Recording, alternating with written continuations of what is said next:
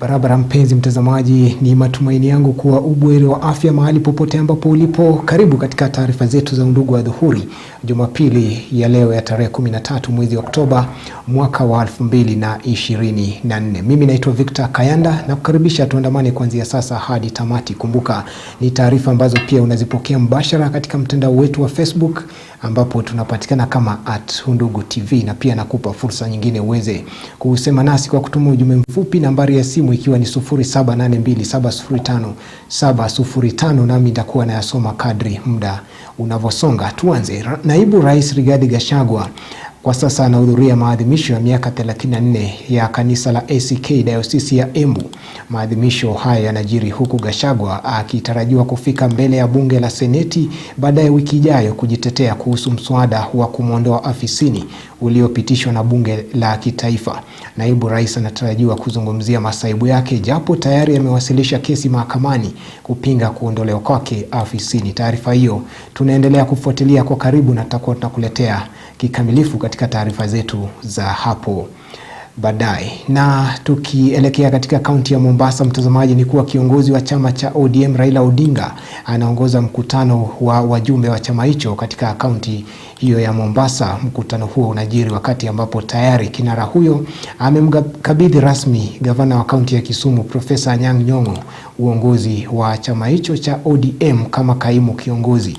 Gavana huyo wa Kisumu sasa anatarajiwa kuongoza chama hicho wakati ambapo Odinga anaendelea na azma yake ya kuwa mwenyekiti wa muungano wa Umoja wa Afrika AUC.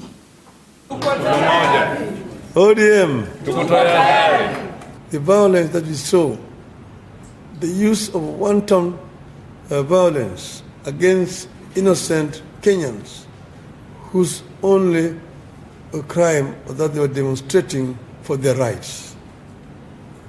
We condemn in the strongest terms possible this use of force against very innocent people and the loss of life.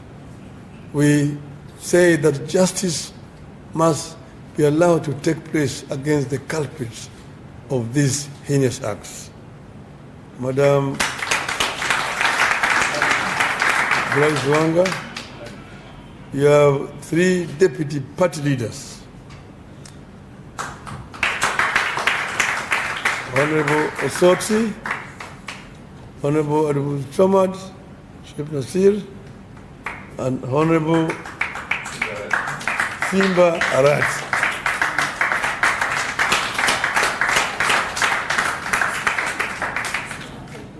Then we have the acting party leader.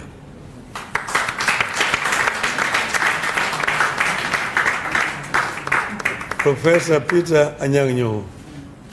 As we continue to strengthen our party, we must not shy away from our responsibility to lead this nation. Let us engage in robust discussions anchored in the values that have guided us over the past 2 decades and plan together for the future. Whatever you do, ladies and gentlemen, be assured that I'm always with you wherever I am. Whatever I do, I will be with you in mind and spirit.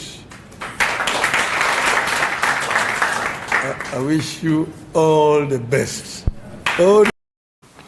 Katibu mkuu wa huduma za matibabu katika Wizara ya Afya Harry Kimtai amewarai wa Kenya kuorodhesha habari zao pamoja na za familia zao katika mpango wa SHA ili kuhakikisha wanapata huduma bora za matibabu. Katibu huyo aliyeongoza mkutano wa mawaziri wa afya kutoka kaunti zote 47 amehakikishia umma kwamba changamoto zilizoshuhudiwa wakati mpango huo ulipoanza zinashughulikiwa haraka iwezekanavyo.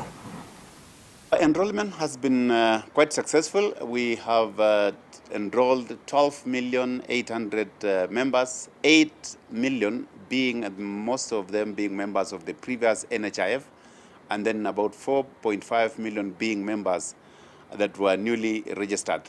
We have now 3 funds as opposed to the earlier NHIF where there was only 1 fund, which was the contributory fund. But now under Social Health Authority, we have 3 funds. That's the Primary Healthcare Fund, which will cater for treatment of patients at level 2 and level 3 facilities. And this will be provided free to those who are registered under SHA. And then the second fund is the Social Health Insurance Fund, which is a contributory fund for all Kenyans who have registered and have either they are salaried or they are unemployed. Other fund is the Emergency Chronic and Critical Illness Fund, which will be funded through the Exchequer. And therefore, we felt that it was important that we have an engagement with the CEC caucus to review the performance and the challenges that the system is facing, the challenges that we are facing in terms of implementation of the Social Health Authority. Indeed, it has been a very successful discussion. We've received a lot of feedback, and from this feedback, we are going to now come up with an action plan where between the national government, Social Health Authority, and the counties, we are going to form a team. Rais William Ruto amewahakikishia Wakenya kwa mara nyingine tena kuwa uhuru wa kuabudiwa umeorodheshwa kwenye katiba ya Kenya na kusisitiza kuwa hakuna mtu yoyote atakayehujumu utendakazi wa makanisa kwa misingi kuwa anayadhibiti. Rais Ruto amezungumza alipohudhuria hafla ya kumtawaza askofu wa kanisa Katoliki Wellis Ng'ang'a katika uwanja wa Ulinzi jijini Nairobi. Askofu Ng'ang'a atakuwa anawahudumia maafisa wa kijeshi. Wakati ambao uhuru wa kuabudu unazidi kuwa finyu nchini kutokana na hatua ya serikali kujaribu kuyadhibiti makanisa, Rais William Ruto amesema katiba ya Kenya inatoa nafasi ya kila Mkenya kuwa na uhuru wa kuabudu. In Kenya, we acknowledge the supremacy of the Almighty God of all creation, and therefore the recognition that protection of the freedom of worship is a fundamental constitutional guarantee. Like other fundamental rights and freedoms, it is freely available to all, including those who serve in our defense forces. Akizungumza katika hafla ya kumtawaza Reverend Wellis Ng'ang'a kama askofu mkuu wa kanisa la Katoliki ambaye sasa atawahudumia wanajeshi,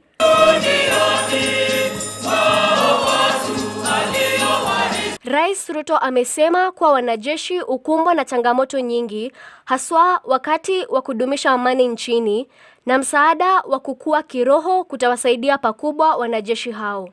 Rais akiweka wazi kuwa ana imani kwamba Askofu Wellis atawasaidia wanajeshi katika maisha yao ya kiroho. For this reason, the episcopal installation of Right Reverend Wellis Ng'ang'a Gashihi as Bishop of the Catholic Military Ordinariate of Kenya is more than a routine change of stewards. We are here to witness and to celebrate the contribution of moral leadership in reinforcing unity, resilience, and strength for our defense forces. We are here also gathered to affirm our confidence that under Bishop Ng'ang'a, the military ordinariate will continue to provide our soldiers with essential spiritual support. Kando na hayo, Rais aliwapongeza wanajeshi wote kwa kazi nzuri wanayozidi kutekeleza ya kuilinda taifa la Kenya. Recognizing the high trust vested on the Kenya Defense Forces to defend the sovereignty and territorial integrity of our nation, and to the significant physical, moral, and personal challenges faced by our men and women in uniform in fulfilling their mission, we cannot deny or underestimate faith as a critical source of strength, pillar of motivation, and a basis for enduring resilience. Rais aidha ametoa wito kwa Wakenya kwa msaada kwa wanajeshi kama kuwaombea wanapoendelea kutekeleza majukumu yao ya kuzima vita na kudumisha amani humo nchini. to ensure that our defense forces remain strong in every way, including physically and morally. Faith-based support structures, like the military ordinariate, are critical in nurturing the values and organizational ethos that guide our men and women in uniform. They allow our men and women to be brave, to serve the nation, and with distinction, to undertake their responsibilities while staying true to their beliefs.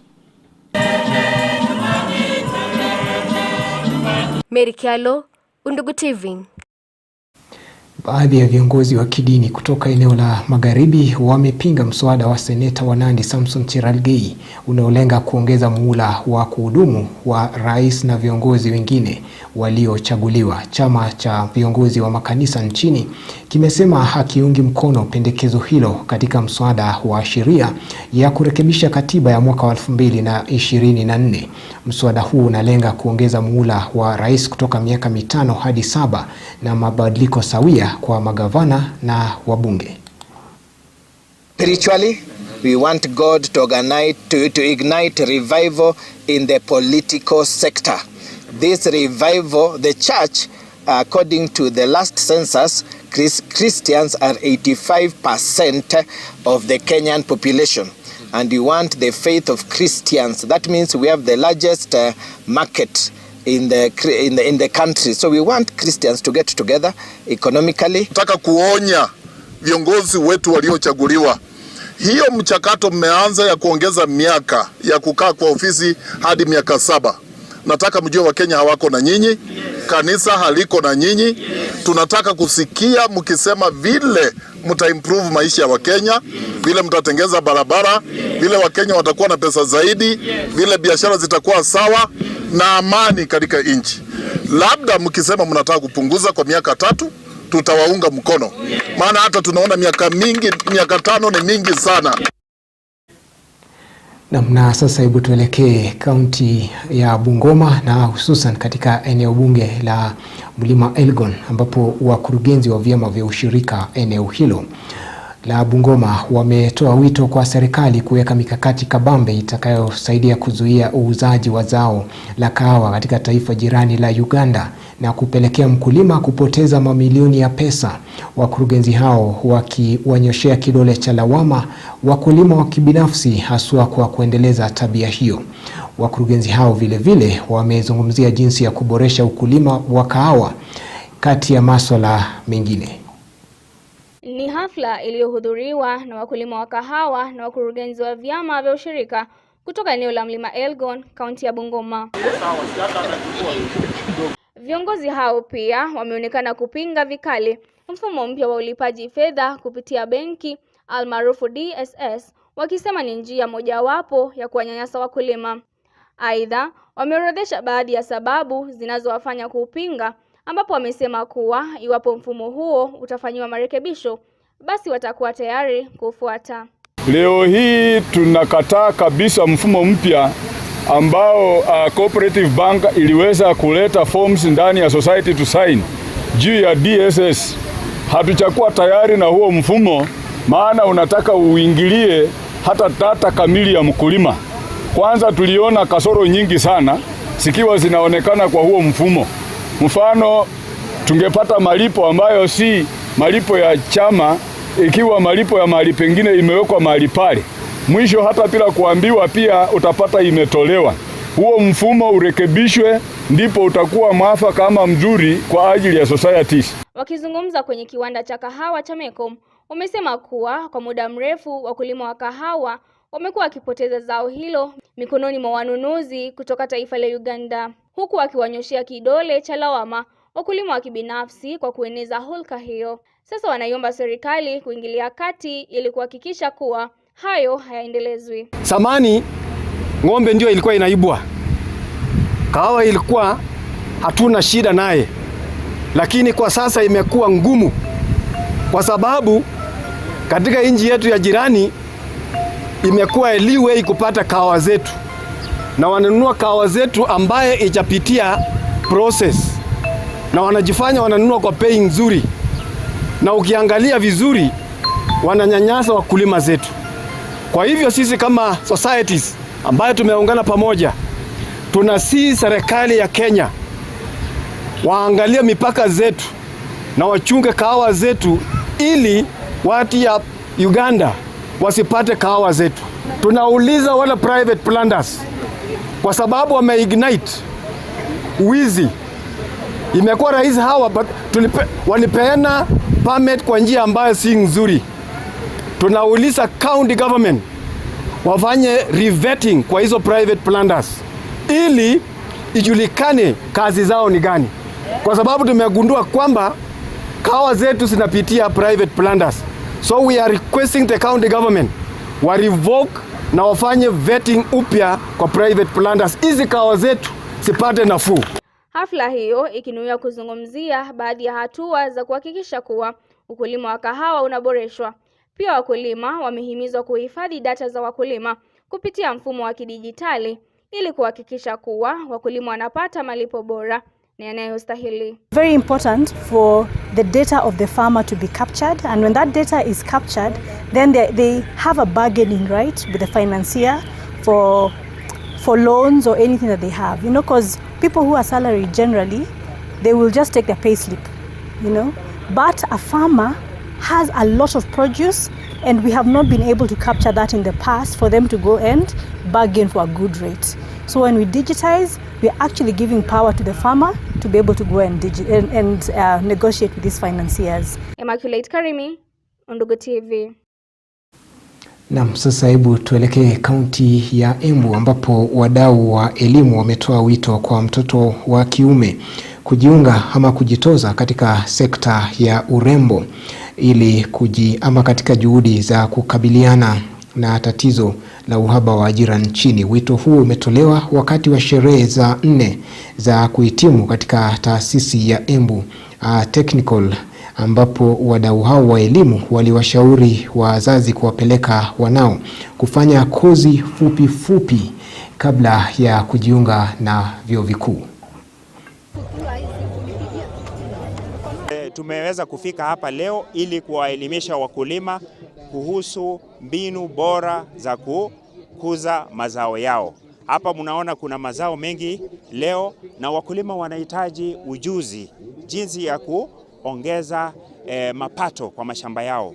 Hapa leo kwa kiwanda hii wakulima wanapata elimu ya mbolea bora ambayo wanaweza tumia kwa mazao yao. Mnaona kuna nyanya, kuna cabbage, kuna mahindi, kuna vitunguu, na kama mnayojua kuna mabadiliko ya tabia nchi, na wakulima lazima waweze kujua ujuzi gani wanaweza tumia kujidhiri nayo madhara haya. Tumeona mapato ya wakulima ikididimia miaka iliyopita, lakini leo hawa wakulima vile mmeona wamejaa hapa leo wanapata hiyo elimu. The agenda is to plant trees. The agenda is to do what? Please let us plant trees in this country. It is big business. It will create jobs. It will spur industrialization. Imagine all those things in front of you, starting from that notebook in front of you, looking at the papers that we use per day, looking at the toilet papers that we use per day. All that is important because we don't make papers in this country, because we don't have raw materials. So when we come up as a government, when we come up with the idea of planting 15 billion trees, it's one easy way of creating a lot of employment and creating a lot of industries and foreign currency for this country. Yeah, that today we have a serious gap in this country is the area of value addition. And as Kayanda's pointed here, I challenge the business people of Moya and this country to invest in that area. Tumalizie mtazamaji na taarifa ya spoti, ambapo wito umetolewa kwa wapenzi wa soka kuchagua viongozi wanaofaa katika uchaguzi ujao wa shirikisho la soka nchini FKF ili kuimarisha sekta hiyo. Kulingana na naibu wa mkuu wa utumishi wa umma katika afisi ya Rais Eliud Owalo, uongozi mbaya katika shirikisho hilo umechangia kuzorota kwa soka nchini. Amezungumza hayo katika eneo bunge la Rarieda alipowasili ama kuwasilisha sare mpya kwa vilabu vya soka eneo hilo. One of the things killing soccer in Kenya is bad governance. Bad governance. Yeah? As we think of how to uplift the standards of soccer in the country, must also fix the governance. And I really want to appeal to soccer stakeholders, people like Jobita, people like Kevin Oswere here, who are in the game of management of football. Please, this opportunity that you guys have this time around, this FKF elections, please elect the right people. Elect the right people to office. People who have got a passion for the what? The game. So that we can uplift the standards of soccer and take back soccer to where soccer was in the 80s, yeah, and 90s, where Kenyan soccer was those days. The biggest challenge we have is bad governance. If there is bad governance in football, the private sector will not put money in what? In football. And to some of us who are diehard soccer fans, we long for the day when we have got the right people in management of soccer in this country. The problem that we have is that we have been electing the wrong people to the right positions. Performance has been fluctuating. Now you must find somewhere where you're not going up and down. You must always climb up and up and up. That is what we did in Gor Mahia, and it was also always under pressure. In Gor Mahia, if you joked around, you were kicked out. Taarifa hiyo ya spoti kutoka eneo bunge la Rarieda ndio inatufungia taarifa zetu za Undugu Adhuhuri kwa wakati huu. Kwa niaba ya wote ambao walishiriki kwa njia moja au nyingine kufanikisha taarifa hizi, nasema shukran sana kwa kutenga muda wako. Tukutane ifikapo saa 12 na saa 2 kwa taarifa zaidi. Mimi ni Victor Kayanda na kutakia salama.